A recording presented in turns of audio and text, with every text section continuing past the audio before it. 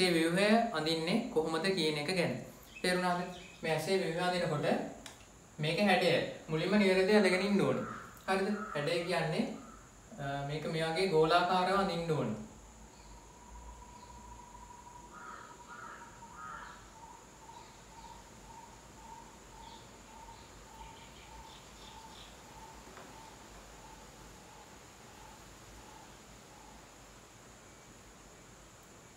හරි මේ වගේ ගෝලාකාර ව්‍යුහයක් තමයි මේ අක්ෂි ගෝලයට තියෙන්නේ. එතකොට ඔයාලට මේ ඇසේ ව්‍යුහය අඳින්න කිව්වහම මේ වගේ නිකන් දිගටි හැඩ ඇදලා හරියන්නේ නැහැ. තේරුණාද? හරියට මේක ගෝලයක් විදිහට අඳින්න ඕනේ. ඒක තමයි පළවෙනිම දේ. ඊගාවට මේ ඇසේ ව්‍යුහය ගැන කතා කරනකොට මේ ඇසේ බිත්තියේ ප්‍රධාන ස්තර තුනක් තියෙනවා. හරි පිටතින්ම තියෙන ස්තරය තමයි බාහිර තන්තුමය ස්තරය. ඒකට ඇතුලෙන් තියෙනවා මධ්‍ය වාහිනීමත් ස්තරය. ඒකට ඇතුලෙන් තියෙනවා අභ්‍යන්තර ස්නායුක ස්තරය කියලා ස්තර තුනකින් තමයි මේ ඇසේ බිත්තිය හැදලා තියෙන්නේ. හරිද? එතකොට මම මේ අඳින්නේ මේ ඇසේ පිටතින්ම තියෙන බිත්තිය කියන්නේ බාහිර තන්තුමය ස්තරය කියන එක. තේරුණාද? එතකොට මේ බාහිර තන්තුමය ස්තරය ගත්තාම මේ අක්ෂි ගෝලයේ පාර්ශ්වික සහ අපර හරි පාර්ශ්වික සහ අපර ප්‍රදේශයේ තියෙන මේ බාහිර තන්තුමය ස්තරයට කියන්නේ අපි ශ්වේත ඝන ස්තරය කියලා. තේරුණාද? ඒ කියන්නේ මෙන්න මේ වගේ ස්තරයක් ඔය තියෙන්නේ.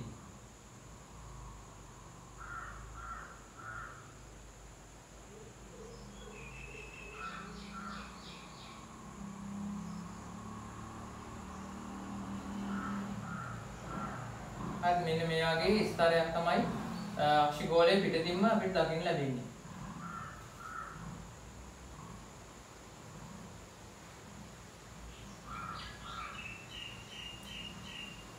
හරිද? එතකොට මේකට අපි කියන්නේ මේ ස්තරයට කියන්නේ ශ්වේත ඝන ස්තරය.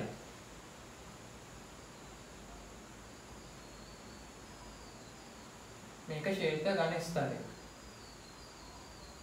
හරිද? එතකොට මේක අර ඇසේ බිත්තියේ පිටතින්ම තියෙනවා කියමු ස්තරයේද බාහිර තන්තුමය ස්තරයේ තියෙනවා කිව්වේ. බාහිර තන්තුමය ස්තරයට අයිති වෙන කොටසක් තමයි මේ ශ්වේත ඝන ස්තරය කියලා කියන්නේ. හරිද? ඊගාවට මෙන්න මේක ඇසේ පූර්ව ප්‍රදේශයට එනකොට මේකේ තියෙන උත්තල හැඩයක්. ඒ කියන්නේ මෙන්න මේ වගේ මේක ඉදිරියට උත්තලව නිරාවිලා තියෙනවා.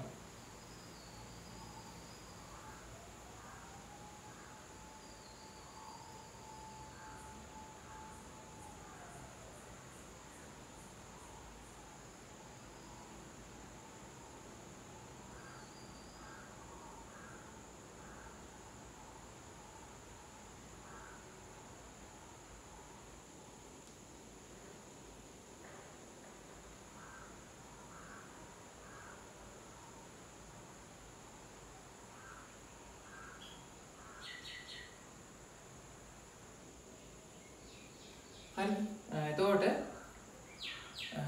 මේක දැන් මේ හරියේදී තියෙන ශ්වේත ඝන ස්තරය ඝනකම වැඩිනේ. ඊට වඩා මේ පූර්ව ප්‍රදේශයේදී මේකේ ඝනකම අඩුයි.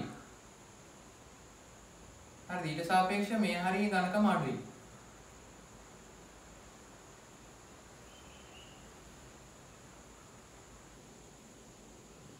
හරිද? එතකොට මේකත් අර කලින් කිව්ව බාහිර තන්තුමය ස්තරයේ මේක කොටසක් තමයි. හරිද? එතකොට මේ ප්‍රදේශයට අපි ඒක ප්‍රදේශයේදී ඒකට කියනවා අපි ස්වච්ඡය කියලා.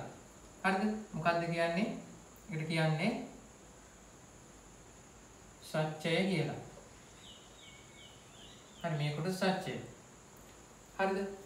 එතකොට මේ ශ්වේත ඝන ස්තරය කියන එක තන්තුමය බාහිර තන්තුමය ස්තරයේ කොටසයි. ඒ කියන්නේ මේක හැදලා තියෙන්නේ තන්තුමය සම්බන්ධක පටකයෙන් බහුල වශයෙන් මේක අඩංගු වෙන්නේ කොලජන් තන්තු. එතකොට ඔයාලා දන්නවා කොලජන් තන්තු වලට කියනවානේ සුදු තන්තු කියලා. එතකොට මේ කොලජන් තන්තු වලින් ඝන වෙලා තියෙන නිසා තමයි ඒක කියන්නේ සුදු තන්තු වලින් ඝන වෙලා තියෙන නිසා ශ්වේත ඝන ස්තරය කියලා කියනවා. ශ්වේත කියන්නේ සුදු කියන එකනේ. හරිද? එතකොට මේ ශ්වේත ඝන ස්තරය කියන එක ශ්වේත ඝන ස්තරය කියන එක සුදු පාටයි. ඒ වගේම තමයි පාරාන්දයි. පාරාන්දයි කියන්නේ මේ හරහා ආලෝක කිරණ ගමන් කරන්න බෑ. හැබැයි මේ ස්වච්ඡය කියන එකට ආවම ස්වච්ඡය පාරදෘශ්‍යයි. හරිද? මේ හරහා අනිවාර්යයෙන්ම ආලෝක කිරණ ගමන් කරන්න ඕනනේ. හරිද? ආලෝක කිරණ ගමන් කරන්න බැරි වුණොත් එහෙම අක්ෂි ගෝලයට ආලෝක කිරණ ඇතුල් වෙන්නේ නැහැනේ. හරිද? ඒ නිසා ස්වච්ඡය කියන එක පාරදෘශ්‍යයි. එතකොට මේ ස්වච්ඡය කියන්නේ පාරදෘශ්‍ය අපිච්ඡේද පටලයක්. එතකොට ඔයාලා තව එකක් දන්නවා අපිච්චද පටල වලට රුධිර සැපයුමක් නැහැනේ. රුධිර වාහිනී සැපයුමක් නැහැ. හරිද? එහෙනම් ස්වච්ඡය කියලා කියන්නේ අපිච්චද පටලයක්. එහෙනම් මේ ස්වච්ඡයට රුධිර වාහිනී සැපයුමක් නැහැ. හරිද? ඒක හරි. ඊගාවට මෙන්න මෙතන මේ හරියෙන් දෘෂ්ටික ස්නායුව පිට වෙලා යනවා. හරි දෘෂ්ටික ස්නායුව ගැන අපි තව ටිකකින් හරියටම කතා කරමු.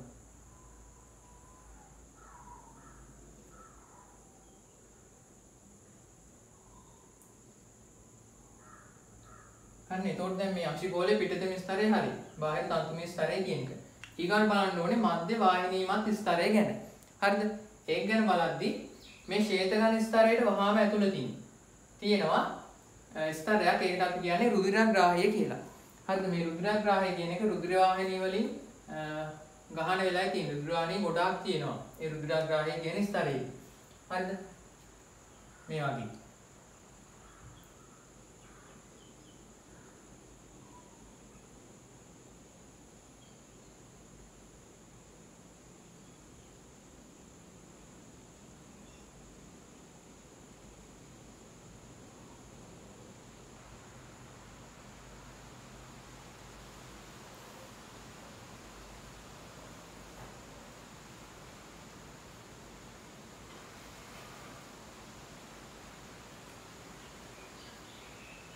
හරිද? එතකොට ඒකට අපි කියන්නේ මොකක්ද? ඒ ස්තරයට කියන්නේ අපි يعني මේ ප්‍රදේශය අපි මේකට කියන්නේ රුධිරග්‍රාහය.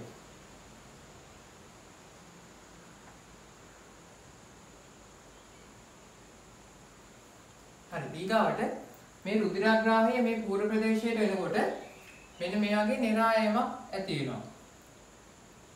හරි. රුධිරග්‍රාහයේ පූර්ව කොටස මේ වගේ නිරායමකට ලක් වෙනවා.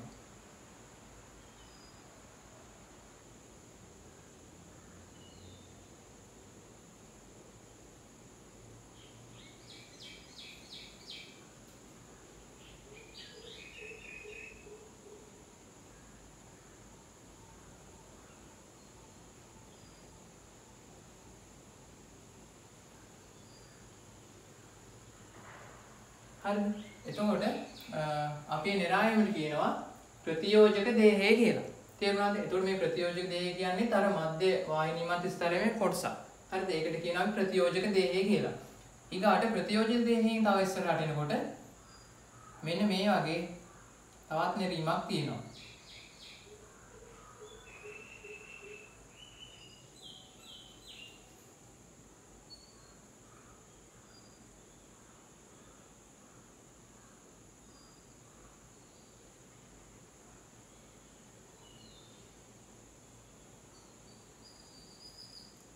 හරිද? එතකොට මෙන්න මේකට කියනවා අපි මොකක් කියලාද? මේකට කියන්නේ ප්‍රතියෝජක දේහය කියලා. මේකට කියන්නේ ප්‍රතියෝජක දේහය.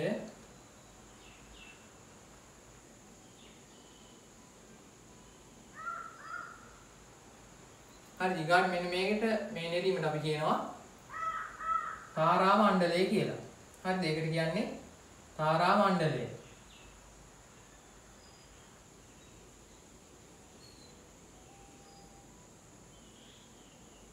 හරිද? එතකොට මේ රුධිරග්‍රාහය කියන එකයි ප්‍රතියෝජක දේහය කියන එකයි තාරා මණ්ඩලය මේ තුනමයි තියෙන්නේ අර කිව්ව මධ්‍ය වාහිනී මත ස්තරයේ කියන එක. හරිද?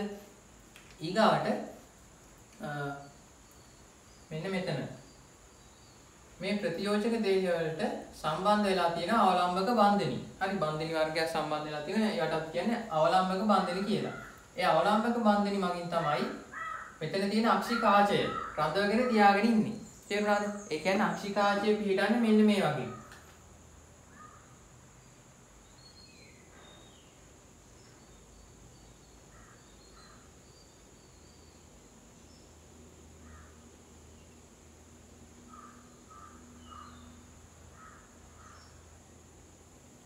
මේ වගේ අක්ෂිකාචය පිහිටනවා. එතකොට මේ අක්ෂිකාචය අවලම්බක බන්ධනි මගින් මෙන්න මේ තියෙන ප්‍රතියෝජක දේහයට සම්බන්ධ වෙලා තියෙන්නේ. හරිද? හරි. එතකොට මේ තියෙන මොකක්ද? මේ තියෙන අක්ෂිකාචය, මේ තියෙන අවලම්බක බන්ධනි. හරි ඒක මෙතෙන් ලකුණු කරමු.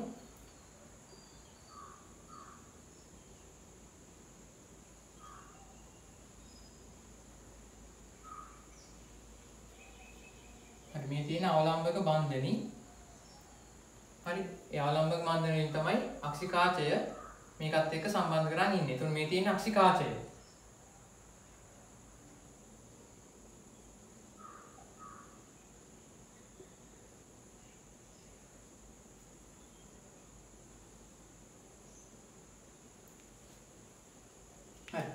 එතකොට දැන් මේ රුධිරග්‍රාහය කියන එක රුධිරවාහිනී වලින් බහුලයි. ඒ වගේම තමයි ඒක වර්ණක සහිත ස්තරයක්.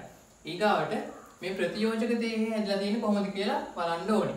හරිද? මේ ප්‍රතියෝජක දේහය දැන් මේ රූපේ හැටියට මේ කොහොම අක්ෂි ගෝලෙම දෙකට පල්ලා නැදලා තියෙන්නේ. එතකොට මේ රූපේ හැටියට තේරෙන්නේ නිකන් මේක නිකම්ම ඇවිල්ලා තියෙන කොටයක් වගේ එකක් කියලානේ පේන්නේ. ඒ වුණාට මේක අපි ත්‍රිමාණ හිතුවොත් එහෙනම් මේ ප්‍රතියෝජක දේහය කොහොමද තියෙන්නේ? මේක මෙන්න මෙහෙම සම්පූර්ණ වෘත්තයක් වගේ තියෙන්න ඕනේ. මේක මේ ත්‍රිමාණ විදියට හිතුවාම ඒ කියන්නේ මෙන්න මේ වගේ තමයි ප්‍රතියෝජක දේහය ඇත්තටම තියෙන්නේ. හරි මම ප්‍රතියෝජක දේහය මෙන්න මෙතන වෙනම අඳලා පෙන්නන්නම්.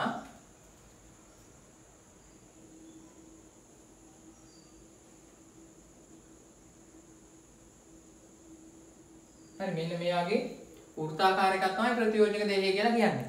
අනිත් දේ තමයි මේ ප්‍රතියෝජක දේහය හැදලා තියෙන්නේ සිනිඳු පේශී ස්තර දෙකකින්. ඒ වගේම සංවේදී අපිච්ඡේද සෛලක් තියෙනවා. හරි ප්‍රධාන වශයෙන් මේකේ තියෙන්නේ සිනිඳු පේශී ස්තර දෙකක්. එතකොට සිනිඳු පේශී ස්තර දෙක තියෙන්නේ මෙන්න මේ විදිහට.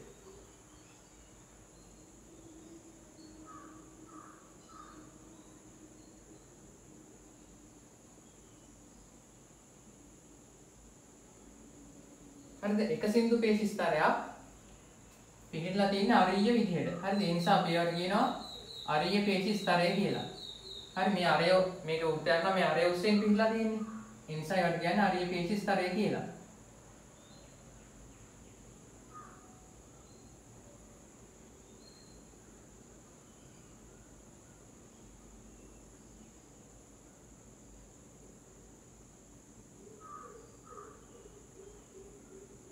හරි එහෙනම් තව සිනිඳු පේශී ස්තරයක් තියෙන්න ඕනනේ. ඒ අනිත් සිනිඳු පේශී ස්තරය වෘත්තාකාර සිනිඳු පේශී ස්තරයක්. හරිද? ඒකේ තියෙන්නේ මේ විදිහට.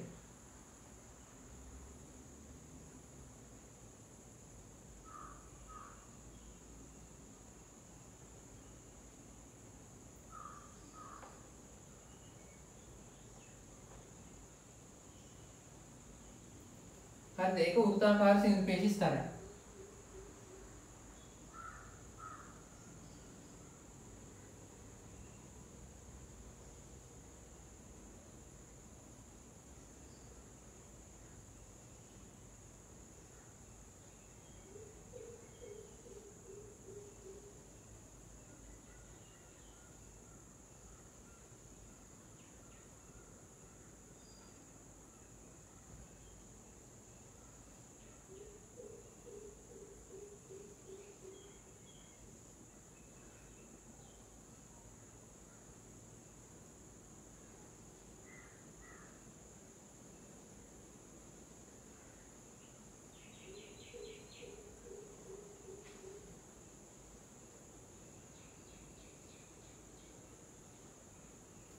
හරිද? මේ වගේ එතකොට සිනිඳු පේශී ස්තර දෙකකින් තමයි මේ ප්‍රතියෝජක දේහය ඇදලා තියෙන්නේ.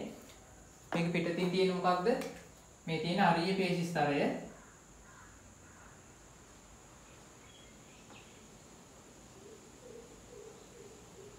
ඊට පස්සේ මේ ඇතුලින් තියෙන්නේ ඒක වෘත්තාකාර පේශී ස්තරය.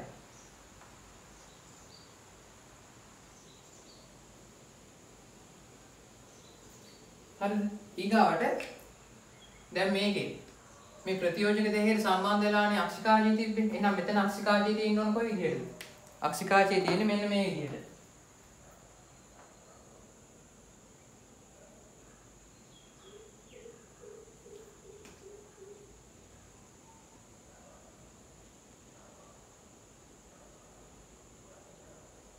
හරි මේ වගේ තමයි අක්ෂිකාජය තියෙන්නේ.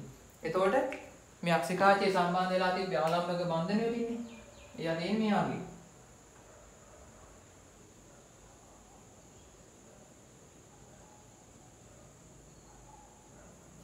හරි තේරුණාද? හරි.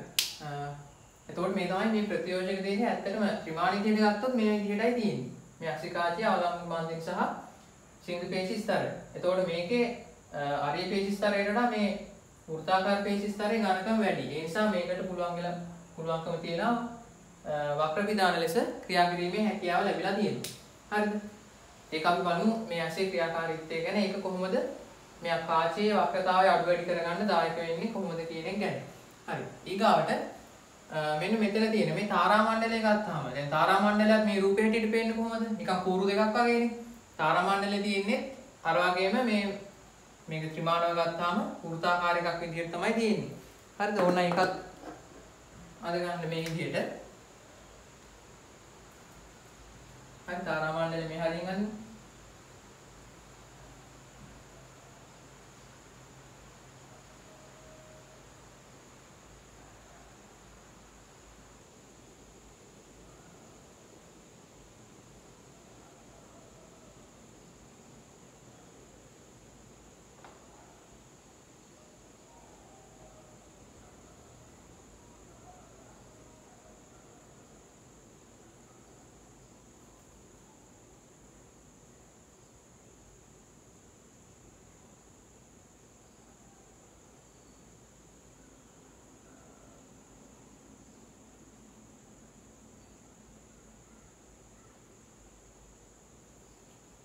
හරි මේ තාරා මණ්ඩලයේ තියෙන්නේ අරග වගේම සින්දු පේශි ස්තර දෙකක් තියෙනවා. එකක් අරිය පේශි ස්තරයක්, අනිත් එක වෘත්තාකාර පේශි ස්තරයක්.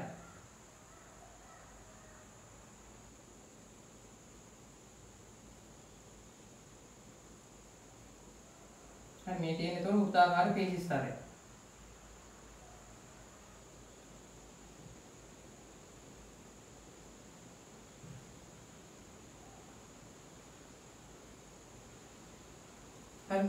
එතකොට ඊගාවට මෙන්න මෙතන ඔයාලට පේනවා මේ තාරා මණ්ඩලයේ මැද්දෙන් මෙන්න මෙතන තියෙනවනේ සිදුරක්. ඒ සිදුරට අපි කියන්නේ කණිනිකාව කියලා. හරිද? ඒ සිදුරට අපි කියන්නේ කණිනිකාව. මේ කණිනිකාව හරහා තමයි මේ ඇසට ආලෝක කිරණ ඇතුල් වීම සිද්ධ වෙන්නේ. හරි මේ සිදුරට අපි කියන්නේ කණිනිකාව කියලා. එහෙනම් මෙන්න මෙතනින් හරි මෙතන කණිනිකාව කියන්නේ මොකක්ද? මෙන්න මෙතන මේ මැද්දේ තියෙන සිදුර තමයි කණිනිකාව කියලා කියන්නේ.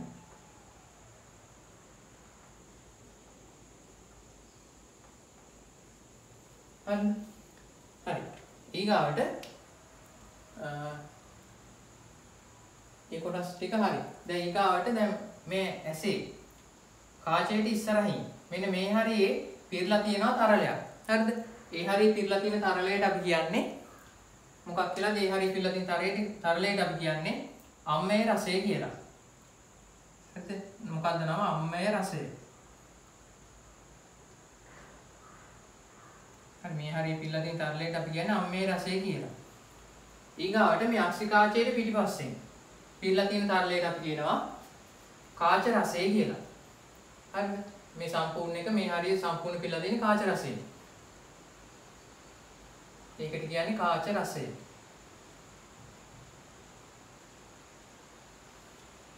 ඊගාවට මෙන්න මෙතන මේ තාරා මණ්ඩලය කියලා කියන ළමයි වර්ණක සෛල වලින් ඇදලා තියෙනවා. එයාගේ තමයි සින්දු පේශි ස්තරයක් තියෙනවා.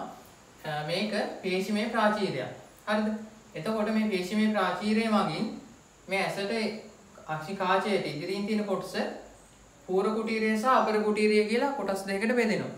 හරිද? ඒ කියන්නේ සරලව ගන්නවා නම් තාරා මණ්ඩලයට ඉස්සරහින් තියෙන කුටීරයට අපි කියනවා පූර්ව කුටීරය කියලා. හරිද? මේ තියෙන ඒතකොට පූර්ව කුටීරය. ඒකට පිටිපස්සෙන් තියෙන කුටීරයට කියනවා අපර කුටීරය කියලා.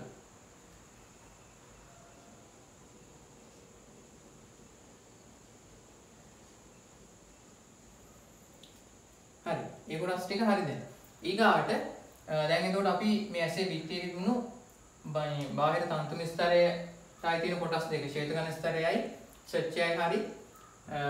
ඊගාට මධ්‍ය වාහිනීමත් ස්තරයට අයිති වෙන රුධිරග්‍රාහය ප්‍රතියෝජක දේහය සහ මෙතනදී තාරා මණ්ඩලයත් හරි. ඒකට ඇතුලෙන් තියෙන තව ස්තරයක් ඒක මොකක්ද?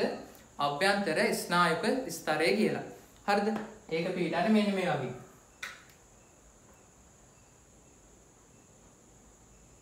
මේ අභ්‍යන්තර ස්නායු විස්තරය කියන එක මේ ඉස්සරහට යනකොට ගොඩක් තුනී වෙලා තියෙන්නේ. හරිද? පිටිපස්සට යනකොට තමයි අක්ෂිගෝලයේ පිටිපස්සට යනකොට තමයි මේකේ ඝනකම වැඩි වෙන්නේ.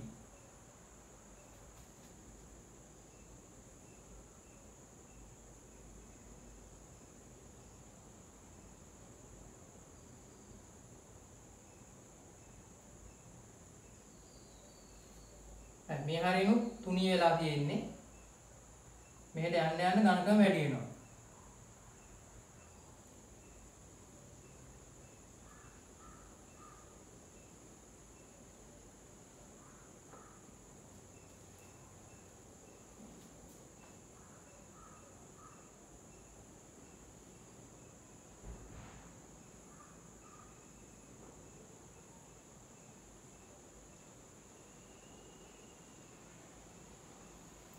එතකොට මෙන්න මේ ස්තරයට අපි කියනවා නමක් දෘෂ්ටි විතානය. තේරුණාද? ඒ ස්තරයට කියන්නේ දෘෂ්ටි විතානය.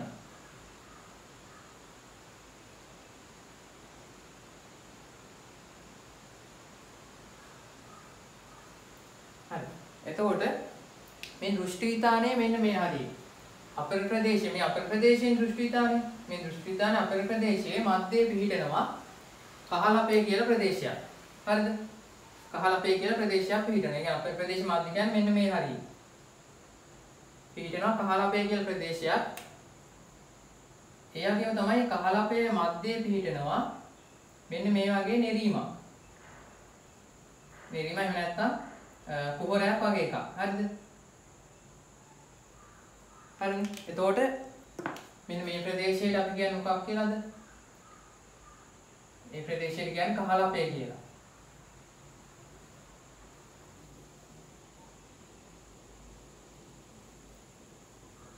ඒකට කියන්නේ කහලපේ කියලා. මේ කහලපේ මැද්දේ පිහිටනවා කුබරයක්. ඒ කුබරයට අපි කියන්නේ මධ්‍ය කූපය කියලා. හරිද? ඒ කුබරයට කියන්නේ මධ්‍ය කූපය.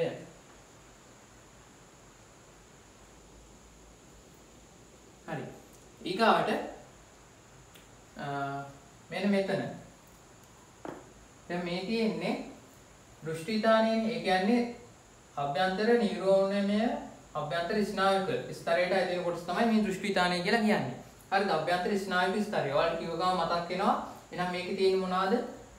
ස්නායු තමයි තියෙන්නේ. ඒ කියන්නේ මේකේ තියෙන්නේ නියුරෝන සෛල වර්ග කීපයක්ම තියෙනවා. එතකොට කොහොම හරි මේකේ තියෙන මේ නියුරෝන සෛල වලින් ස්නායු තන්තු හටගෙන ඒ ස්නායු තන්තු ටික මෙන්න මේ මෙතන තියෙන දෘෂ්ටික ස්නායුවට එකතු වෙලා මේ හරහා තමයි මේ ආවේග මොළය හරහා අරගෙන යන්නේ. තේරුණාද? මොළය දක්වා ආවේග අරගෙන යන්නේ මෙන්න මේ කියන දෘෂ්ටික ස්නායුව ඔස්සේ. හරිද? එතකොට මේ තියෙන්නේ මොකක්ද? මේ තියෙන්නේ දෘෂ්ටික ස්නායුව.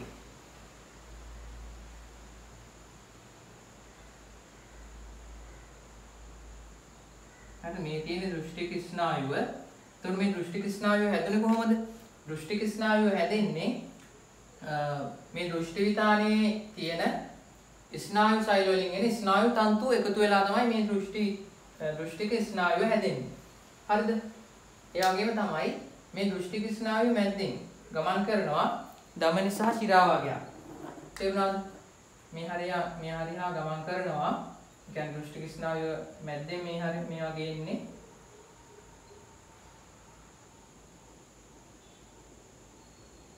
හරි, මේ මොනවාද? මේ තමයි මේ දෘෂ්ටිතානයට රුධිරය සපයන ධමනි සහ ශිරා.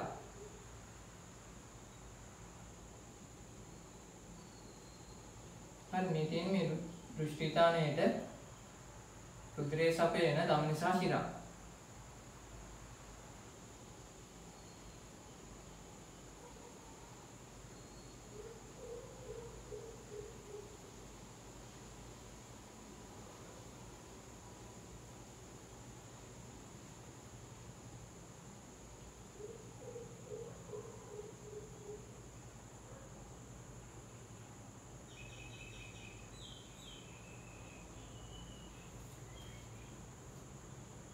හරි මේ දෘෂ්ටික ස්නායු මැද්දෙන් මේ වගේ ගමන් කරන්නේ.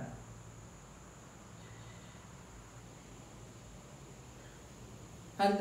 එතකොට දැන් මේ විදිහට මේ රූපයන් දාම මේක හරියට තේරුම් ගන්න ඕන ළමයි.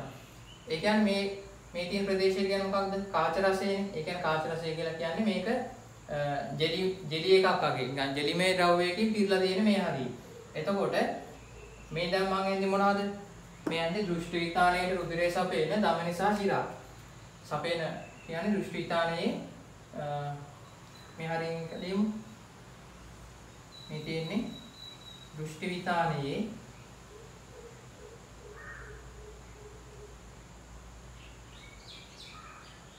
දමනී දෘෂ්ටි විතානයේ දමනී හා ශිරා. හරිද? එතකොට දැන් ඔයාලා මේක මේකට ඇඳනහම ඔයාලා හිතන්න එපා මේ දමනී සහ ශිරා ටික මේ කාච රසය ඇතුළට ගිහිල්ලා හරි කාච රසය ඇතුළට නිරාගෙන ඇවිල්ලා කාච රසයේ පාවෙවි තියනවා කියලා මේ මේකෙන් අදහස් වෙන්නේ. තේරුණාද? ඒ කියන්නේ මේ දෘෂ්ටි විතානයේ මේ ඇදලා තියෙන දමනී සහ ශිරා කාච රසයේ ඇතුළේ පාවෙවි තියනවා නෙමෙයි. හරිද? මේ ඇදලා තියෙන්නේ දෘෂ්ටි විතානයේ තියෙන දමනී සහ ශිරානේ. ඒ කියන්නේ දැන් මේක ඇත්තටම ගමන් කරන්නේ මෙන්න මේ දෘෂ්ටි විතානයේ මත තමයි ගමන් කරන්නේ. තේරුණාද? ඒ කියන්නේ මෙන්න මේ වගේ මේ දමනී සහ ශිරා මේ දෘෂ්ටි විතානයේ මත කොහොම ගමන් කරන්නේ. හරිද? දැන් එතකොට මම මේක මේ අක්ෂිගෝලෙ කොහොම පළලනේ ඇඳලා තියෙන්නේ. හරි පළල ඇඳුවාට පළල එහෙම ඇඳලාට මේ කොහොම ගෝලයක් විදිහට තියෙන්නේ. හරිද? මේ පැත්තට කොහොම ගෝලයක් තියෙනවා. මේ පැත්තට අනිත් පැත්තට කොහොම අර්ධ ගෝලයක් තියෙනවා. හරිද? එතකොට මේ ඇඳලා තියෙන්නේ මොනවාද? මේ පැත්තෙන් කොහොම අර්ධ ගෝලෙ කොහොම කැපුවාට පස්සේ අපි මේ පැත්තේ දැන් කොහොම බලන්නේ. එතකොට අපිට මොකක්ද පේන්නේ? මේ පැත්තේ කොහොම අර්ධ ගෝලයේ කොහොම ගත්තාම ඒ අර්ධ ගෝලයෙන් අපිට පේන්නේ මොකක්ද? දෘෂ්ටි විතානිය තමයි පේන්නේ නේද? ඒ කියන්නේ මේ පැත්ත කොහොම ගත්තාම මෙහෙම කපුවාම පස්සේ අර්ධ ගෝලය කොහොම මෙහෙම බලද්දි මේ පැත්තට ඇවිල්ලා එහෙම බලනකොට පේන්නේ අපිට දෘෂ්ටි විතානයනේ. එතකොට මේ තියෙන්නේ මොනවද එහෙනම්? ඒ දෘෂ්ටි විතානයේ මත. හරි දෘෂ්ටි විතානයේ මත ඔහොම දුවන හරිද? ඒ වගේ දුවන දමනී සහ ශිරා තමයි මේ පෙන්නලා තියෙන්නේ. තේරුණාද? දෘෂ්ටි විතානයේ මත තමයි මෙහෙම දුවන්නේ. හරිද? එහෙම නැතුව මේ කාච රසය ඇතුළට නිරාගෙන ඇවිල්ලා කාච රසයේ පාවෙවි තියනවා නෙමෙයි මේ දෘෂ්ටි විතානයේ තියෙන දමනී සහ ශිරා. හරිද? එහෙම එකක් නෙමෙයි මේ රූපයෙන් අදහස් වෙන්නේ. හරිනේ? ඒකත් හරි. එහෙනම් මේ රූපේ තව එකක් තියෙනවා. මේ අක්ෂිගෝලයේ ඉදිරියෙන්. හරිද? අක්ෂිගෝලයේ ඉදිරියෙන් තියෙනවා ඊතා තුනී පටලයක්. මෙන්න මේ වගේ ඊතාම තුනී පටලයක් තියෙනවා. මේ පටලයට අපි කියන්නේ අක්ෂි පටලය කියලා. හරි ඇසේ ඉදිරි කොටස තමයි මේකෙන් ආවරණය වෙලා තියෙන්නේ. මේක නිකන් මේ අක්ෂි ස්වච්ඡයට ඉදිරියෙන් නිකන් ඇලිලා වගේ තියෙන ගොඩාක් තුනී පටලයක්.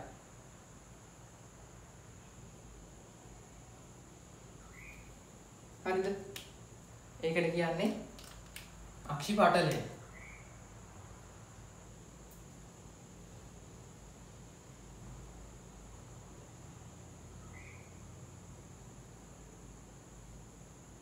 මේ තියෙන අක්ෂි පටලය. හරිනේ? හරි. එතකොට මෙන්න මේ කියන කොටස් ටික තමයි මේ විවහාර ටික තමයි ඔයාලා මේ ඇසේ විවහයේදී ඉගෙන ගන්න ඕනේ. ඒ වගේම තමයි මෙන්න මෙතන තවත් එකක් තියෙනවා. හරිද? දැන් මම කිව්වානේ මේ දෘෂ්ටික ස්නායු හැදෙන්නේ කොහොමද? දෘෂ්ටි විතානයේ තියෙන ස්නායු තන්තු ඔක්කොම ටික එකතු වෙලා තමයි මේක හැදෙන්නේ. හරිද? එතකොට මේ දෘෂ්ටි විතානයේ සම්පූර්ණ ගෝලයක් හරි සම්පූර්ණ ගෝලයක් ඉදින් මේ දෘෂ්ටි විතානයේ තියෙන්නේ. එතකොට ওই ගෝලයේ තියෙන මේ දෘෂ්ටි මේකේ තියෙන ස්නායු සෛල වලින් එන ස්නායු තන්තු ඔක්කොම ටික. හරිද? මෙන්න මේ දෘෂ්ටික ස්නායු හරහා නැසෙන් පිටලා යන්න ඕනේ. එතකොට ඔයාලා තේරෙන්න ඕනේ මේ දෘෂ්ටික ස්නායුව හැදෙද්දී මෙන්න මෙතනට එකතු වෙනවා ස්නායු තන්තු ගොඩාක්. හරිද? ස්නායු තන්තු ගොඩාක් එකතු වෙනවා. හරිද? ඒ ස්නායු තන්තු ගොඩාක් එකතු වෙලා මෙතන මිටියක් වගේ හැදුවාට පස්සේ මෙතන නිකන් ඔහම රවුමක් වගේනේ හැදෙන්නේ. තේරුණාද? මෙන්න මේ වගේ ස්නායු තන්තු මිටියක්. මෙතනින් ඔහම හැදෙනවානේ. හරිද? එන්නේ ඒක නිකන් එතකොට වෘත්තයක් වගේ, කියන්නේ තැටියක් වගේ. හරිද? එහෙම නැත්නම් මඩලක්. හරි මඩලක් වගේ. ඒ නිසා අපි ඒකට කියනවා දෘෂ්ටික මඩල කියලා. හරිද?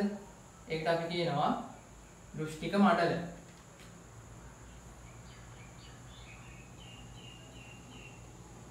ඒක නිකන් මඩලක් වගේ නිසා, ඒ කියන්නේ තැටියක් වගේ, රවුම් තැටියක් වගේ නිසා තමයි මම කියන්නේ.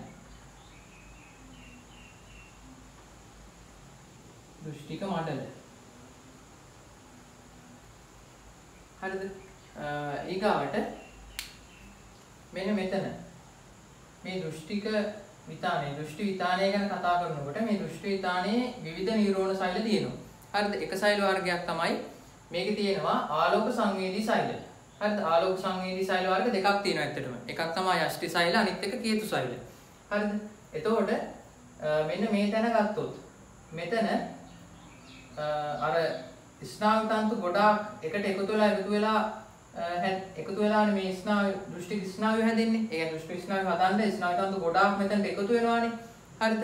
එතකොට ওই දෘෂ්ටික ස්නායු තන්තු ගොඩාක් මෙතන එකතු වෙන නිසා මෙන්න මෙතන අර කලින් කියපු යෂ්ටි සෛලවත් කේතු සෛලවත් පිහිටන්නේ නැහැ. හරිද? සාමාන්‍යයෙන් දෘෂ්ටි විතානය ගත්තොත් යෂ්ටි සෛලයි කේතු සෛලයි පිහිටනවා. මේ යෂ්ටි සහ කේතු සෛල තමයි ආලෝකයට සංවේදී වෙන්නේ. ඒ කියන්නේ ආලෝක කිරණ ඇවිල්ලා යෂ්ටි සහ කේතු සෛල වල වැටුණාට පස්සේ ඒ වගේම තමයි ස්නායු ආවේගයක් ආරම්භ කරලා මේ පෙනීම ලබා දීම සඳහා දායක වෙන්නේ. හරි? ආලෝකයේ සංවේදී වෙන්නේ මේ යෂ්ටි සෛල සහ කේතු සෛල. නමුත් මෙන්න මෙතන ස්නායු තන්තු ගොඩාක් මෙතන එකතු වෙන නිසා මෙතනේ යෂ්ටි සෛලවත් කේතු සෛලවත් පිටින් ඉඩක් නැති වෙලා යනවා. තේරුණාද? ඉඩක් නැති වෙලා යනවා. ඒ නිසා මෙතනට බැරි වෙලාවත් ආලෝක කිරණ වැටුණාට එතන එකෙන් පෙනීම ලබා දෙන්න බෑ. තේරුණාද? ආලෝක කිරණ මේ එතනට වැටුණාට එතනින් පෙනීම ලබා දෙන්න බෑ. හේතුව තමයි ආලෝකයට සංවේදී වෙන යෂ්ටි සෛලවත් කේතු සෛලවත් එතන පිහිටන්නේ නැති නිසා. තේරුණාද? එහෙනම් මෙතනට ආලෝක කරනකොට පේන්නේ නැහැ. ඒ කියන්නේ නිකන් අන්ධයි වගේ. තේරුණාද? අන්ධයි වගේනේ. ඒ නිසා අපි ඒකට කියනවා අන්ධ බිඳුව කියලා. තේරුණාද? ඒකට අපි කියනවා අන්ධ බිඳුව කියලා. ඒතකොට මේ දෘෂ්ටික මඩල කියන ප්‍රදේශයේම තියෙන එකක් තමයි මේ අන්ධ බිඳුව කියලා කියන්නේ. හරිද? ඊගාවට මෙන්න මෙතන මධ්‍ය කූපය කියන තැන ගත්තොත් එහෙම මධ්‍ය කූපය කියන තැනේදී පිහිටන්නේ යෂ්ටි සහ කේතු සෛල වලින් කේතු සෛල විතරයි. තේරුණාද? මධ්‍ය කූපය කියන තැනේදී පිහිටන්නේ කේතු සෛල විතරයි. හරිද ළමයි? එතකොට ඇසේ මේ හරියට මේ දෘෂ්ටි විතානයේ පූර්ව ප්‍රදේශයට යනකොට යෂ්ටි සෛල වැඩි. තේරුණාද? පූර්ව ප්‍රදේශයට යනකොට නම් යෂ්ටි සෛල තමයි වැඩි. හැබැයි මධ්‍ය කූපය කියන තැනට ගත්තාම මධ්‍ය කූපය කියන තැන පිහිටන්නේ කේතු සෛල විතරමයි. තේරුණාද? කේතු සෛල විතරයි එතන පිහිටන්නේ. එතකොට දැන් මේක හරහා ආලෝක කිරණ එන්න ඕනනේ. මේ ආලෝක කිරණ ඇවිල්ලා මෙන්න මෙතන තියෙන දෘෂ්ටි විතානයේ මත නාභිගත වුණාට පස්සේ තමයි අපිට පෙනීම ලබා දෙන්නේ. හරිද? එතකොට ඔය එන ආලෝක කිරණ නාභිගත වෙද්දී මෙන්න මෙතන මධ්‍ය කූපයේ නාභිගත වුණොත් තමයි අපිට හොඳම දෘෂ්ටියක් ලබා ගන්න පුළුවන්. ඒ කියන්නේ ගොඩාක් තියුණු විදිහට දෘෂ්ටියක් ලබා ගන්න නම් ඒ ආලෝක කිරණ නාභිගත වෙන්න ඕනේ මෙන්න මේ මධ්‍ය කූපයේ කියන තැන. තේරුණාද? මධ්‍ය කූපයේ තියෙන්නේ කේතු සෛල විතරයි හැබැයි. හරිද? එතකොට දැන් මේක ආලෝක කිරණයක් එනවා නම් හරි එන්න ඕන මොන ස්තර පවු කරලා දෙන්න ඕනේ. මුලින්ම අක්ෂි පටලය පවු කරන්න ඕනේ එන ආලෝක කිරණය. ඊගාවට අක්ෂි පටලය පවු කරලෙද්දි මේ පැත්තේ තියෙන්නේ මොකක්ද? අම්මේ රසය තියෙනවා. අම්මේ රසය පවු කරන්න ඕනේ. ඊගාවට කණිනිකාව හරහා යන්න ඕනේ. ඊගාවට මේ තියෙන අක්ෂි කාචය. අක්ෂි කාචය පවු කරලා යන්න ඕනේ. හරි අක්ෂි කාචය කියලා කියන්නේ මේක ප්‍රෝටීන මේ කාචයක්. ඒ වගේම දියුක්තලයි, පාරදෘශ්‍යයි, ඒ වගේම තමයි ප්‍රත්‍යස්තයි. ප්‍රත්‍යස්තයි කියලා කියන්නේ මේකේ හැඩය වෙනස් කරගන්න පුළුවන්. අක්ෂිකාචයේ වක්‍රතාවය වෙනස් කර ගැනීම මගින් මේ අක්ෂිකාචයේ නාභිය දුර වෙනස් කරගෙන නිවැරදිව මේ ආලෝක කිරණ දෘෂ්ටි විතානයේ මත නාභිගත කරගන්න පුළුවන්කම ලැබෙනවා. තේරුණාද? හරි. ඊගාට අක්ෂිකාචයෙන් පස්සේ කාච රසය කියන එක පවු කරන්න ඕනේ. ඊට පස්සේ තමයි දෘෂ්ටි විතානයේ මත ඒ ආලෝක කිරණ නාභිගත වීම සිද්ධ වෙන්නේ. හරිද? ඒතකොට මේ දෘෂ්ටි විතානය ගත්තාම මේක අපි මෙහෙම තනිනාමකින් කිව්වට මේකෙත් තියෙනවා තව සෛල ස්තර 3ක්. හරිද? ඒකේ තියෙන සෛල ස්තර ගැන අපි වෙනම කතා කරමු. දෘෂ්ටි විතානය ගැන අපි වෙනම රූපයක් ඇඳලා ඒක ගැන විස්තර කරලා ගමු. හරිද? ඒතකොට ඔයාලා අක්ෂි ගෝලයේ ව්‍යුහය ගැන දැනගන්න ඕන දේවල් වලින් තව එකක් තියෙනවා මෙන්න මෙතන. හරිද? මේ තියෙන මොකක්ද? මේක පිටින්ම තියෙන ශ්වේත ඝන ස්තරයනේ. ඔය ශ්වේත ඝන ස්තරයටම සම්බන්ධ වෙලා පිහිටනවා බාහිර අක්ෂි පේශි කියලා පේශි වර්ගයක්. හරිද? අක්ෂිගෝලයට බාහිර සම්බන්ධනයක් කියන්නේ බාහිර අක්ෂිපේශී කියලානේ. එතකොට මේ බාහිර අක්ෂිපේශී සම්බන්ධ වෙන මොකේද මේ ශ්වේත ඝන ස්තරයට. හරිද? මම මෙතනුත් මේ විදිහට මේ අඳින්නේ බාහිර අක්ෂිපේශියක්ම තමයි. හරිද? ඇත්තටම ගත්තොත් මේ බාහිර අක්ෂිපේශී 6ක් තියෙනවා. මම දැන් නිකන් නිරූපණය කරන්න දෙකක් විතරයි. හරිද? මේ තියෙන මොනවාද එතකොට? මේ තියෙන්නේ බාහිර අක්ෂිපේශී.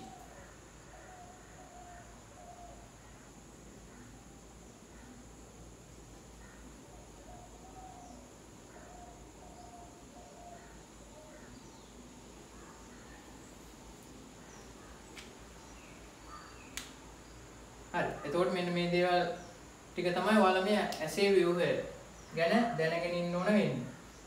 හරිද? එතකොට මේ රූපය ඔයාලට අඳගන්න පුළුවන්කම ලැබෙන්න ඕනේ. පුළුවන්කම තියෙන්න ඕනේ මේ රූපය ඇඳලා කොටස් ටික නම් කරන්න. හරිනේ? හරි. ඊගාවට මේක ඇඳලා අඳගත්තට පස්සේ අපි බලමු මේ එක එක කොටස් වලින් මොන වගේ කාර්යයක්ද සිද්ධ කරන්න කියන එක ගැන. හරි. මේක කොටස් එක එක කොටස් වලින් වෙන වෙනම කාර්යයන් තියෙනවා. ඒ වගේ වෙන්නේ මොනවද කියලා අපි මේකේ රූපය ඇඳගෙන ඊට පස්සේ සාකච්ඡා කරමු. හරිද? හරි ළමයි. එතකොට මේ දැන් අපි මේ කතා කරේ මේ ඇස අක්ෂිගෝලය කොහොම දෙකට මැදින් පරලා ඒකේ ඉන්න මේ view එක ගැන කතා කළේ. එතකොට නමුත් මේක අපි ඇත්තටම අපි ඇහක් බැලුවොත් අපිට පේන්නේ මේ වගේ එකක් නෙමෙයිනේ. හරිද? ඒක කොයි වගේද පේන්නේ? අපිට අක්ෂිගෝලය කියන්නේ ඇහැ ඉස්සරහින් බැලුවොත් පේන්නේ මේ ටික මකන්නම්කෝ. මෙන්න මෙහෙමනේ අපිට ඇහක් පේන්නේ සාමාන්‍යයෙන්.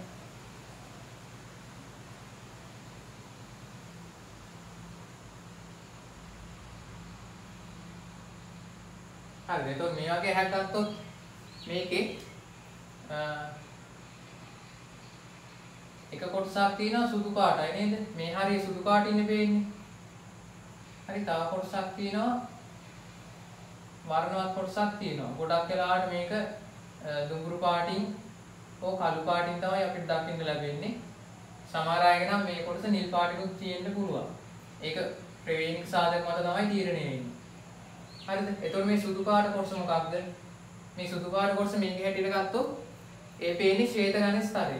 තේරුණාද? සුදු පාටින් පේන්නේ එතන ශ්වේත ඝන ස්තරය. ඊගාට මෙන්න මෙතන තියෙන මේ වර්ණවත් කොටස මොකක්ද?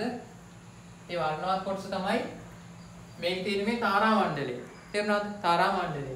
එතකොට තාරා මණ්ඩලය හැදලා තියෙන්නේ මොනවාකින්ද? මේ වර්ණක සෛල වලින් හැදලා තියෙනවා කියලා කිව්වනේ. හරි. පේශී තියෙනවා වගේම වර්ණක සෛලක් තියෙනවානේ. එතකොට ඒ වර්ණවත් කොටස විදිහට නිරූපණය වෙන්නේ තාරා මණ්ඩලය. හරිද? එහෙනම් ඒක තාරා මණ්ඩලය නම් මෙන්න මෙතන තියෙන මේ සිතුරු මොකක් වෙන්න ඕනද? ඒක කණිනිකාව. හරිද? මේ වගේ එතකොට අපිට සාමාන්‍ය දකින්න පුළුවන් විදිහට ගත්තොත් මේ විදිහ තමයි තියෙන්නේ. මේක සුදු පාට පේන්නේ. අපි සාමාන්‍ය කතා කරද්දී නම් සුදු ඉංග්‍රීසිය කියලා කියනවානේ. එතකොට මේකේ හැටියට නම් ඒකේ ශ්වේත ඝන ස්තරය මේ වර්ණවත් කොටස තමයි රුධිරග්‍රාහය නෙමෙයි. මෙතන තියෙන මේ තාරා මණ්ඩලය තමයි මේ වර්ණවත් කොටස.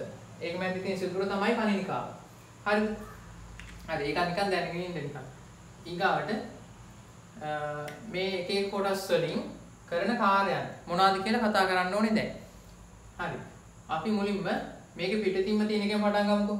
මේක දැන් මේ ඉතලෙන් ගහලා තියෙන මොකේද? මේ තියෙන්නේ ශ්වේත ඝන ස්තරය. හරිද? ශ්වේත ඝන ස්තරයේ කාර්යයන් මොනවද? මේකේ ප්‍රධාන වශයෙන් කාර්යයන් දෙකක් කරනවා. එකක් තමයි මේ ශ්වේත ඝන ස්තරය මගින් අක්ෂිගෝලයේ හැඩය පවත්වාගෙන යාම සිද්ධ කරනවා. හරිද? අක්ෂිගෝලයේ හැඩය පවත්වාගෙන යන දායක වෙනවා ශ්වේත ඝන ස්තරය. ඒ වගේම තව එකක් ඔයාලට මේක පේන්නම තියෙනවා. හරිද? මේ තියෙන මොනවද? බාහිර අක්ෂිපේශී මේ තියෙන්නේ. එතකොට බාහිර අක්ෂිපේශී සම්බන්ධ වෙන්නේ මොකක් එක්කද? අක්ෂිගෝලයේ තියෙන ශ්වේත ඝන ස්තරයත් එක්ක තමයි සම්බන්ධ වෙන්නේ. හරිද? එහෙනම් ශ්වේත ඝන ස්තරයේ තාත්කාරයක් තමයි බාහිර අක්ෂිපේශී සම්බන්ධ වීම සඳහා පෘෂ්ඨ සැපීම. හරිද? එහෙනම් කාර්යයන් දෙකයි. අක්ෂිගෝලයේ හැඩය පවත්වාගෙන යාම සහ බාහිර අක්ෂිපේශී සම්බන්ධ වීමට පෘෂ්ඨ සැපීම. හරිද? ඊගාවට මෙන්න මෙතන තියෙන රුධිරග්‍රාහය. රුධිරග්‍රාහය මොනවාකින්ද බහුල වෙන්නේ? රුධිර වාහිනිය වලින් බහුල වෙන්නේ රුධිරග්‍රාහය. එතකොට මේ රුධිරග්‍රාහයේ ප්‍රධාන කාර්යයක් තමයි මේ දෘෂ්ටි විතානයේ පවතින සෛලවලට රුධිරය සැපීම. ඒ කියන්නේ ඔක්සිජන් සහ පෝෂක සපයනවා. හරිද? ඔක්සිජන් සහ පෝෂක සපයනවා. ඒ කියන්නේ අවශ්‍ය ද්‍රව්‍ය ටික ගෙනත් දෙනවා. ඒකෙන් නිපදෙන අපද්‍රව්‍ය ටික බහිස්රාවි ද්‍රව්‍ය අයින් කරලා දානවා. හරිද? එතකොට දෘෂ්ටිතාණයට රුධිරය සපයන්න දායක වෙනවා මේ තියෙන රුධිරග්‍රාහිය. හරිද? ඒ වගේම තමයි තාතඩක් කරනවා. දැන් මෙන්න මෙතන මේ පැත්තෙන් එන ආලෝක කිරණ ඇවිල්ලා මේ දෘෂ්ටිතාණය මත වදිනවානේ. ඒතකොට දෘෂ්ටිතාණයේ තියෙන අර දෘෂ්ටි සංවේදී සෛල, යෂ්ටි සෛල සහ කේතු සෛල උත්තේජනය එනවා. හරිද? එහෙම උත්තේජන වුණාට පස්සේ එන ආලෝක කිරණ අවශෝෂණය කර ගන්නවා මෙන්න මේ කියන රුධිරග්‍රාහිය මගින්. තේරුණාද? එන ආලෝක කිරණ දෘෂ්ටිතාණයේ තියෙන ආලෝක සංවේදී සෛල උත්තේජනය කරාට පස්සේ ඒවා අවශෝෂණය කරන්න ඕනේ. ඒකට අවශෝෂණය කරන්නේ කවුද? මේ දෘෂ්ටිතාණයේ පිටිපස්සෙන් ඉන්න එක්කෙනා අවශෝෂණය කරන්නේ. ඒ රුධිරග්‍රාහිය ඒ ආලෝක කිරණ අවශෝෂණයට දායක වෙනවා. හරිද? ඊගාවට අපි දෘෂ්ටිතාණයේ කෘත්‍ය සහ ඒකේ තියෙන අර සෛල වර්ග ගැන වෙනම කතා කරමු. ඒක නිසා ඒක ටිකක් තියලා අපි ඊගාට බලමු. මේකේ පිටදින්ම තියෙන එක මෙන්න මෙතන. අක්ෂි පටලයක් තියෙනවා. අක්ෂි පටලයෙන් නම් කරන්නේ මේක ආවරණය කිරීමනේ. ඊට පස්සේ ස්වච්ඡය. ස්වච්ඡය කියන එකෙන් මොකක්ද කරන්නේ? ස්වච්ඡය කියන්නේ මෙතන උත්තල මූණතක්නේ. හරිද? එහෙනම් උත්තල මූණතක්. එහෙනම් ස්වච්ඡයෙන් අනිවාර්යයෙන්ම කරන්නේ මොකක්ද? ආලෝක කිරණ වර්ධනය කිරීම තමයි ස්වච්ඡයේ කාර්යය වෙන්නේ. හරිද? ඊගාවට ස්වච්ඡයට මේ පැත්තෙන් එන්නේ. මෙන්න මේ මෙතන. ඒ කියන්නේ අක්ෂිකාචයට ඉදිරියෙන් තියෙන ප්‍රදේශයේ පිරලා තියෙන තරලයක අපි කියන්නේ මොකක්ද? අම්මේ රසය කියලානේ කිව්වේ. හරිද? එහෙනම් අම්මේ රසයේ කාර්යයන් මොනවද කියලා බලන්න ඕනේ. හරිද? අම්මේ රසයේ කාර්යයන් තමයි මෙන්න මේ ස්වච්ඡයට, කාචයට සහ කාච ප්‍රාවරයට හරිද? ඔක්සිජන් සහ පෝෂක සැපීමත් අපද්‍රව්‍ය අයින් කිරීමත් තමයි ඒකේ කාර්ය වෙන්නේ. හරිද? මම ඔයාලට මෙතන මේ අක්ෂිකාචය කියන්නේ මෙතන කාච ප්‍රාවරය කියන එක ලකුණු කරේ නෑනේ. හරිද? මේ අක්ෂිකාචය මෙහෙම ඇඳට ඇත්තටම මේක වටේට තවත් ආවරණයක් තියෙනවා. හරිද? මේ අක්ෂිකාචයේ වටේටත් තවත් තුනී ආවරණයක් තියෙනවා. හරි ඒකට තමයි කියන්නේ කාච ප්‍රාවරය කියලා.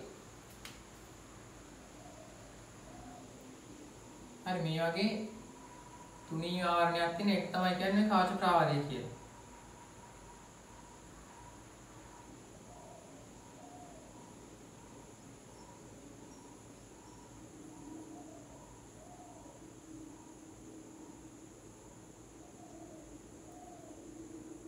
හරිද? එතකොට මේ ස්වච්ඡය කියලා කියන්නේ මොකක්ද? අපිච්චිත පටලයක් කියලා කිව්වේ. අපිච්චිත පටල වලට කොහොමවත් රුධිරවාහිනී සැපීමක් නැහැ.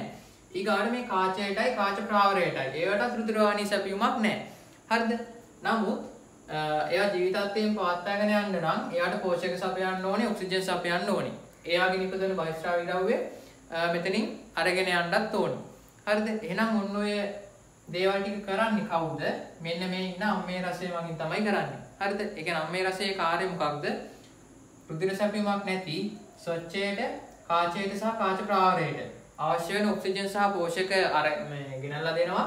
මෙයාගේ නිපදවන බහිස්රාවි ද්‍රව්‍ය මෙතනින් ඉවතට අරගෙන යනවා. හරිද? ඔන්න ඔය කියන කාර්යය තමයි අම්මේ රසය මගින් සිද්ධ වෙන්නේ. හරිද? ඊගාවට මෙන්න මෙතන තියෙන මේ තාරා මණ්ඩලය මගින් කරන්නේ මොකක්ද? හරි තාරා මණ්ඩලය මගින් කරන එක දෙයක් තමයි මේ කණිනිකාවේ මේ කණිනිකා සිදුරේ විශාලත්වය අඩු වැඩි කරන්න දායක වෙනවා. තේරුණාද?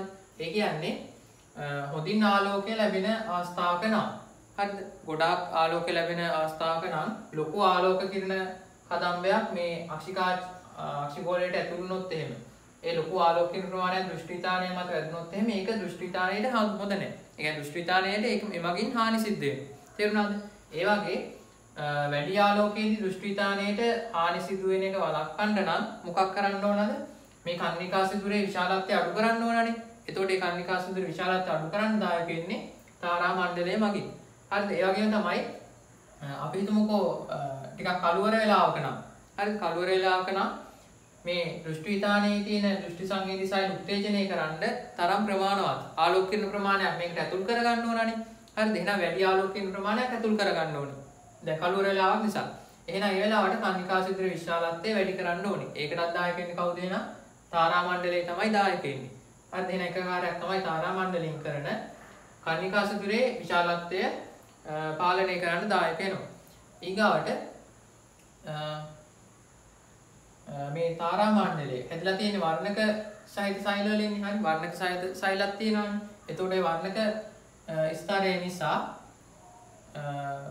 මේක ඇතුළු වෙන ඒ කියන්නේ වැඩිපුර ඇතුළු වෙන ආලෝක කිරණ අවශෝෂණය කරගන්නවා. තේරුණාද? වැඩිපුර ඇතුළු වෙන ආලෝක කිරණ අවශෝෂණය කරගෙන මේ හරහා ගමන් කරන්න ඉඩ නොදී මේ දෘෂ්ටිතානය ආරක්ෂා කරගන්නත් ඒක දායක වෙනවා. හරිනේ. ඊගාවට බලන්න ඕනේ ප්‍රතියෝජක දේහයෙන් කරන කාර්යය මොකක්ද කියලා. හරිද? ප්‍රතියෝජක දේහය කියන්නේ මෙන්න මේක. එතකොට ප්‍රතියෝජක දේහයත් එක්ක සම්බන්ධ වෙලා තියෙනවා අක්ෂිකාචය. මොනවා වගේද සම්බන්ධුනේ? අවලම්බක බන්ධන වගේ සම්බන්ධ වෙලායි තියෙන්නේ. හරිද? එතකොට මේ අක්ෂිකාචයේ කාර්යය මොකක්ද? අක්ෂිකාචය කියන්නේ දියුත්තර කාචයක්. හරිද? අනිවාර්යයෙන්ම එහෙනම් අක්ෂිකාචයේ කාර්ය වෙන්නත් ඕනේ ආලෝක කිරණ වර්ධනය කරලා මේ දෘෂ්ටිතානය මත නාභිගත කරන එක. හරිද? එතකොට මේ නාභිගත කිරීමේදී මේ අක්ෂිකාචයේ වක්‍රතාවය අඩු වැඩි කර ගැනීම මගින් තමයි මේ කාචයේ නාභි දුර වෙනස් කරගන්නේ. තේරුණාද? කාචයේ නාභි දුර වෙනස් කරගන්න නම් මේ කාචයේ වක්‍රතාවය අඩු වැඩි කරගන්න ඕනේ. තේරුණාද?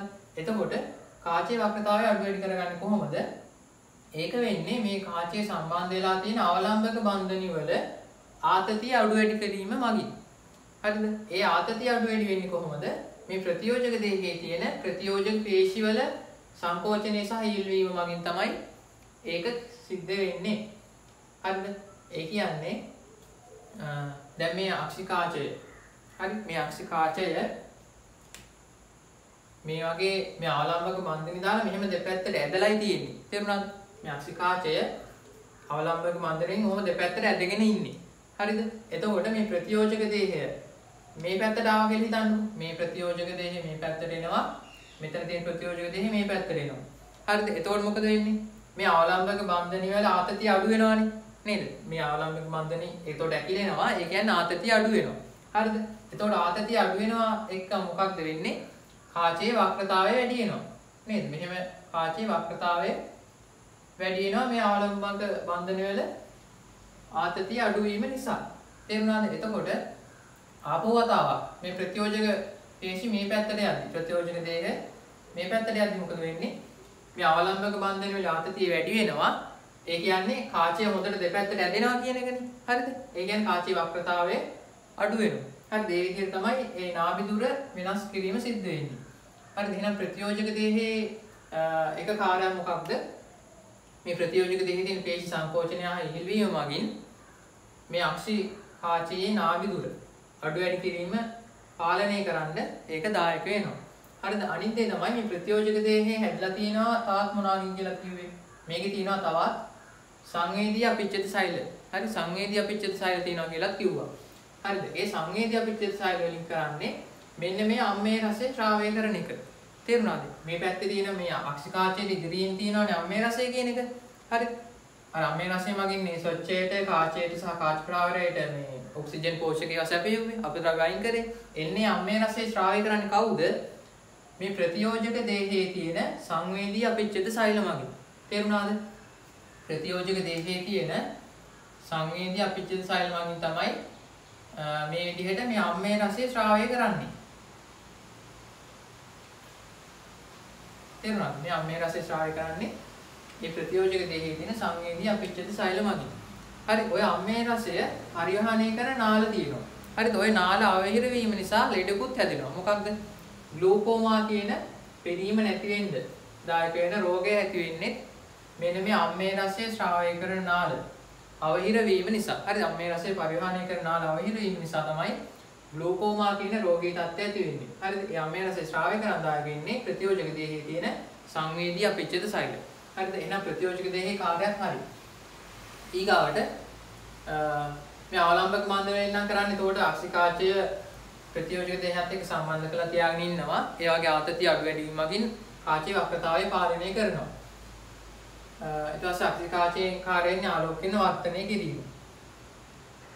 හරි. එතකොට මේ බාහිර අක්ෂිපේශි. බාහිර අක්ෂිපේශි වලින් කරන්නේ මොකක්ද? ඒ වගේ තමයි අක්ෂිගෝලය මෙහෙට හරවන්නේ. ඒ කියන්නේ අක්ෂිගෝලය මේ පැත්තට ඔහොම හරවන්නේ මේ තියෙන බාහිර අක්ෂිපේශි වල ක්‍රියාකාරීත්වය මගින්. තේරුණාද? හරි. ඊගාවට මෙතන තියෙන මේ කාච රසය. ඒකේ කාර්යය කතා කරන්න ඕනේ. කාච රසයෙන් කරන්නේ මොකක්ද? හරිද? කාච රසයෙන් කරන්නේ අක්ෂිගෝලයේ හැකිලෙන එක වළක්වනවා. තේරුණාද? මේ අක්ෂිගෝලය තුල නියමිත පීඩනයක් තියාගෙන ඉන්න ඕනේ. හරිද? මේ අක්ෂි ගෝලය ඇතුලේ නියමිත පීඩනයක් තියාගෙන ඉන්න ඕනේ. ඒ පීඩනය නියමිත ආකාරයට අඩු වුණොත් එහෙම මේ අක්ෂි ගෝලය හැකිලිලා මේක විනාශ වෙලා යනවා. තේරුණාද? ඒ විදිහට මේ අක්ෂි ගෝලය හැකිලෙන්න දෙන්නේ නැතුව නියමිත පීඩනය, ඒකට අපි කියනවා අන්තःකක්ෂි පීඩනය කියලා. හරිද? ඒ අන්තःකක්ෂි පීඩනය පවත්වාගෙන යමින් අක්ෂි ගෝලය හැකිලෙන එක වළක්වන්නේ කවුද? මේ කාච රසය මගින් තමයි ඒක කරන්නේ. හරිද? ඒ වගේම දැන් මේක මේ හැකිලෙද්දි ඔයාලගේ පොතේදී ඒක දීලා තියෙන්නේ රුධිරග්‍රාහයට එරෙහිව දෘෂ්ටිවිතානයේ මත අන්තःකක්ෂි පීඩනයක් පවත්වාගෙන යනවා කියලා. හරිද? ඒ කියන්නේ මොකක්ද? දැන් මේ අක්ෂි ගෝලයම හැකිලෙනවා නම් මේ රුධිරග්‍රාහයනේ මේ පැත්තේ රුධිරග්‍රාහය ඊට ඇතුලෙන් දෘෂ්ටිවිතානයේ තියෙනවානේ. මේ අක්ෂි ගෝලය හැකිලෙන්න උත්සාහ කරනවා නම් හරි හැකිලෙන්න උත්සාහ කරනවා නම් මේ රුධිරග්‍රාහය දෘෂ්ටිවිතානයේ මත මේ පැත්තට තෙරපෙනවානේ. හරි එහෙනම් ඒක තමයි කියන්නේ ඒ හැකිලෙන එක වළක්වන්න කාච රසය මගින් රුධිරග්‍රාහයට එරෙහිව දෘෂ්ටිවිතානයේ මත හරිද? ඒ කියන්නේ රුධිරග්‍රාහයට එරෙහිව දෘෂ්ටිවිතානයේ මත ඊට ප්‍රතිවිරුද්ධව පීඩනයක් ඇති කරනවා කියන එකයි කියන්නේ. හරිද? එහෙනම් කාච රසයේ කාර්ය වෙන්නේ අක්ෂි ගෝලය හැකිලෙන එක වළක්වනවා. ඒ වගේම රුධිරග්‍රාහයට එරෙහිව දෘෂ්ටිවිතානයේ මත අන්තःකක්ෂි පීඩනය පවත්වාගෙන යන්න දායක වෙනවා. හරිද? ඊගාවට මෙන්න මෙතන තියෙන දෘෂ්ටික ස්නායුව. මේ දෘෂ්ටික ස්නායුව හරහා තමයි මේ දෘෂ්ටිවිතානයෙන් හටගන්න ආවේග මොළේ දක්වා අරගෙන යන්නේ. ඊගාට මොළේ දක්වා අරගෙන ගිහිල්ලා ඒ කියන්නේ මොළේ අපර කපාල කණ්ඩිකාව දක්වා ඒ ස්නායුව ආවේග අරගෙන යනවා. අපර කපාල කණ්ඩිකාවේ තියෙන දෘෂ්ටික වාහිකය මගින් තමයි අපි දකින වස්තු මෙන්න මේ වස්තුව තමයි මේ කියලා සංජානනය කිරීම සිද්ධ වෙන්නේ. ඒ කියන්නේ වස්තුව මෙන්න මේකයි කියලා හඳුනා ගැනීම සිද්ධ වෙන්නේ මේ මොළේ තියෙන අපර කපාල කණ්ඩිකාවේ තියෙන දෘෂ්ටික වාහිකය විසින්. ඒ දක්වා මේ ආවේග අරගෙන යන්නේ මේ දෘෂ්ටික ස්නායුව හරහා. තේරුණාද? හරි. එතකොට මධ්‍ය කූපය ගැන කලින් කිව්වා. මේකේ තියෙන කේතුසයිල් විතරයි කියලා. එතකොට මේ හොඳම ඊටාම තියුණු දෘෂ්ටියක් අපි ලැබෙන්න නම් ආලෝක කිරණ නාභිගත වෙන්න ඕනේ. මෙන්න මේ මධ්‍ය කූපයේ ළඟ. හරි මධ්‍ය කූපයේ තමයි නාභිගත වෙන්න ඕනේ. හරි. එතකොට එන්නේ මේ දේවල් ටික තමයි මේකේ මේ අක්ෂි කියන්නේ ඇසේ ව්‍යුහයේ තියෙන එක කොටස් වල කාර්යයේදීට දැනගන්න ඕන ඔන්න ඔය දේවල් ටික තමයි. හරි ඊගාවට අපි මේ දෘෂ්ටිවිතානය ගැන වෙනම කතා කරන්න ඕනේ. මේකේ තියෙන සෛල වර්ග සහ ඒ සෛල වර්ග වලින් වෙන්නේ මොන කාර්යයන්ද කියන එක ගැන ඊගාවට කතා කරන්න ඕනේ. හරි මුලින්ම මේකේ දැන් මේ ව්‍යුහයන් වලින් සිද්ධ වෙන ඒ කාර්යයන් ගැන පොඩි සටහනක් ලියාගෙන ඉමු ඊට කලින්.